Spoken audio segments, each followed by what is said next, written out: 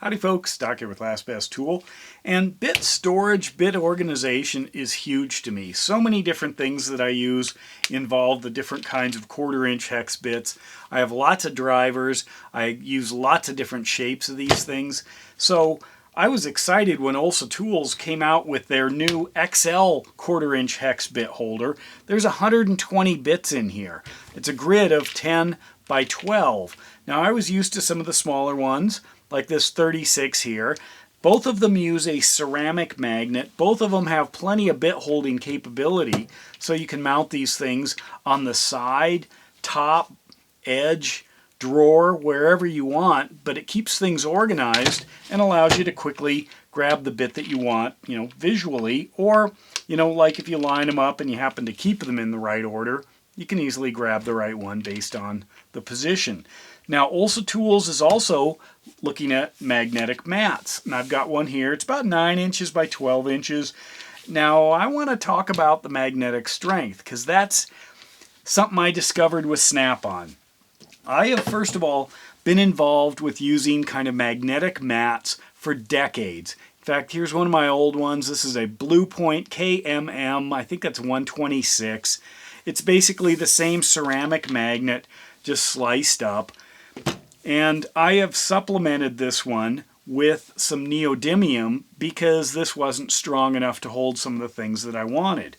But I've used these things for decades. I got this SnapOn one, really light, great, wildly expensive. As you can see, the magnets, 1, 2, 3, 4, 5 by 1, 2, 3, so 15 magnets. But there are different qualities of magnets, different strengths of magnets. These are wildly strong. So strong that if you throw a wrench on here, 16, because I don't use it for anything else, I mean, this is like I have to pry this thing off. It is really on there. It is not coming off, and the amount of force that it takes to break this thing loose, well, it could be good. That's really on there. But it also can be too much if you're trying to work and just grab tools. It's starting to steal these tools from somewhere else. But anyway, so also what they've done is they've toned it down a little. Throw this stuff back in here. And by toning it down, what I mean is they have a lot. You see all those, each one of these bumps here is a magnet. But they are lower power magnets, meaning you can easily grab the tool and lift it off without having to fight with the pad or fight with whatever the pad's stuck to. You might lift it up off of some marginally metal, component, and the whole pad comes with your wrench. That will happen with the SnapOn. This is also a little bit larger. It's got some red highlights. That's cool. So when you toss things on here, it doesn't really stick to the point that you can't easily pick it up. However, it's plenty strong to hold it. Again, the same philosophy as the bit holders, where you don't have to fight with the bit.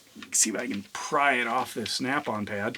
Where you don't have to fight with the bit to get it out, and they just pop right in. The Snap-ons, they have their place. If you want the ultimate in security, I'd go with Snap-on, but the problem is, look at that. It is so strong. It just rips it off, anywhere else, and then trying to get this stuff off takes effort. It is not a smooth workflow grabbing these things, because this is really on there. That is not, look at that. It is not going to come off, and it's not going to come off without a fight. Now, maybe that's what you want. Ooh, I got to be careful or I'll end up with all those bits on top of that pad. It'll rip them right out of there. But if you just want something that's strong enough to hold it, strong enough to be kind of a smooth workflow, no problem. There you go. And there are lots more magnets. So let me show you this.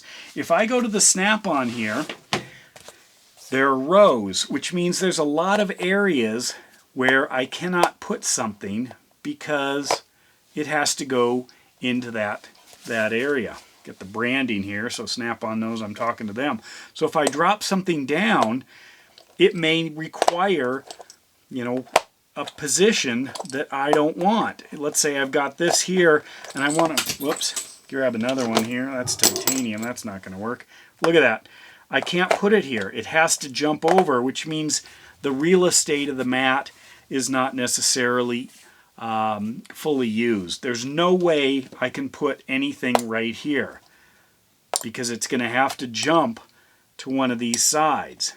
So unless you have something really long, you're not going to use it. I can't put it here in the center. It's got to, I mean, right here, look at that. Right here, I want to set it down. There's no magnetic force right along in here. See how I'm moving that? Instead, it has to jump. So that's the difference here.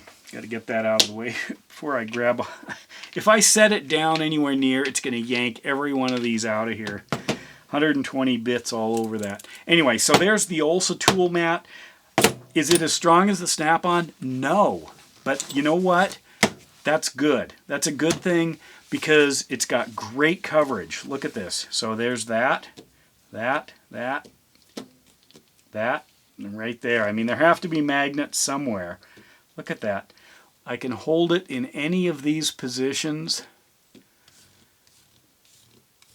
but I cannot do that with the Snap-on.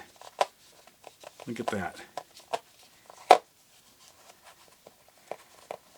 Trying to roll it.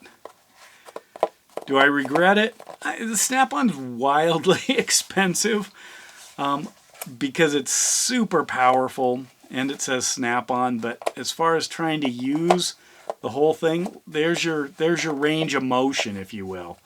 So as soon as I start rolling this, it jumps over there or over here.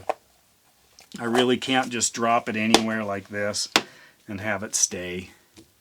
So there it is. Olsa Tools for the win in this case. And with that, Doc out.